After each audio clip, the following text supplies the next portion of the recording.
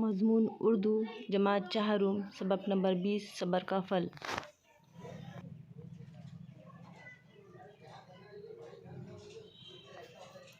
سبق نمبر 20 صبر کا پھل۔ نانی اماں عشاء کی نماز پڑھ کر جوں ہی اپنی چارپائی پر آ کر بیٹھی، بچوں نے انہیں گھیر لیا۔ سب ایک ساتھ چلانے لگے، نانی اماں کہانی، نانی اماں کہانی۔ سناتی ہوں، ذرا دم تو لوں، اور تم لوگ اس طرح شور مچاؤ گے تو کیسے سناؤں گی؟ اچھا ٹیڑھی میڑھی چپ، اسما نے منہ پر انگلی رکھتے ہوئے کہا۔ سب بچے خاموش ہو گئے۔ نانی اماں نے کھنکار کر گلا صاف کیا اور پوچھا، بتاؤ کون سی کہانی سنو گے؟ پریوں کی کہانی، عارف بولا۔ نہیں جادوگر کی، رشیدہ بولی۔ نہیں جنگلی جانوروں کی، اسماعیل نے زور دے کر کہا۔ نانی اماں بولی، بچوں یہ کہانیاں تم ہمیشہ سنتے رہتے ہو، آج میں تمہیں ایک ایسے پیغمبر کی سچی کہانی سناتی ہوں جو بہت صبر والے تھے۔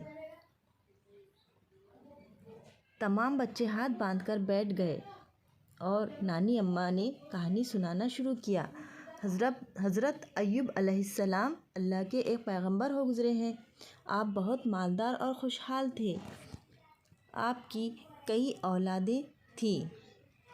دنیا کی ساری نعمتیں آپ کو حاصل تھیں، مگر آپ خدا کی یاد سے کبھی غافل نہیں رہتے۔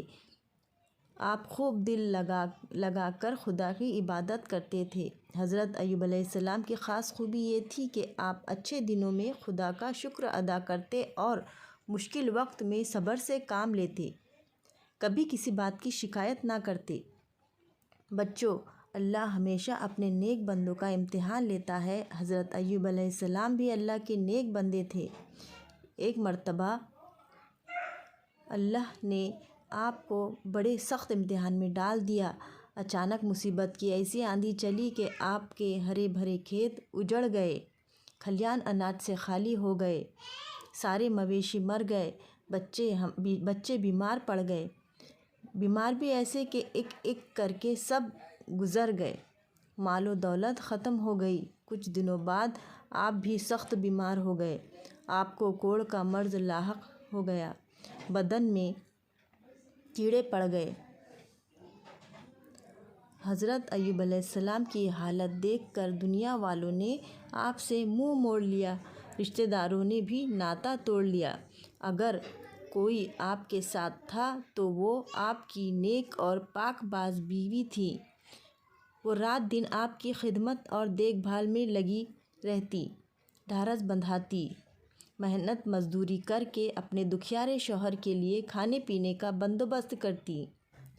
حضرت ایوب علیہ السلام نے مصیبت اور پریشانی کے ان حالات میں بھی خدا کی عبادت ترک نہ کی۔ ہر وقت آپ کی زبان پر خدا کا ذکر ہوتا۔ آپ کو اس بات کا یقین تھا کہ ہر تکلیف کے بعد راحت ملتی ہے۔ خدا مجھے صبر کا پھل ضرور دے گا۔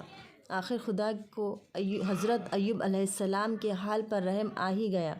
آپ کی آزمائش کے دن ختم ہو گئے۔ ایک دن خدا کے حکم سے زمین سے پانی کا چشمہ ابلنے لگا۔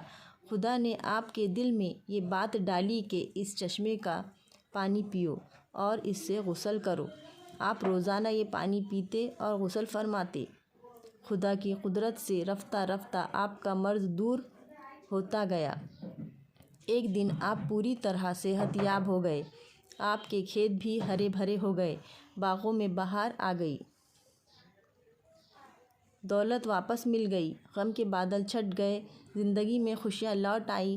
حضرت ایوب علیہ السلام امتحان میں پورے اترے تھے۔ کہانی ختم ہونے کے بعد نانی اماں نے پوچھا، بچوں بتاؤ تم نے اس کہانی سے کیا سیکھا؟ اسما جو عمر میں سب سے بڑی اور سیانی تھی بولی، نانی اماں ہم نے سیکھا کہ صبر کا پھل میٹھا ہوتا ہے۔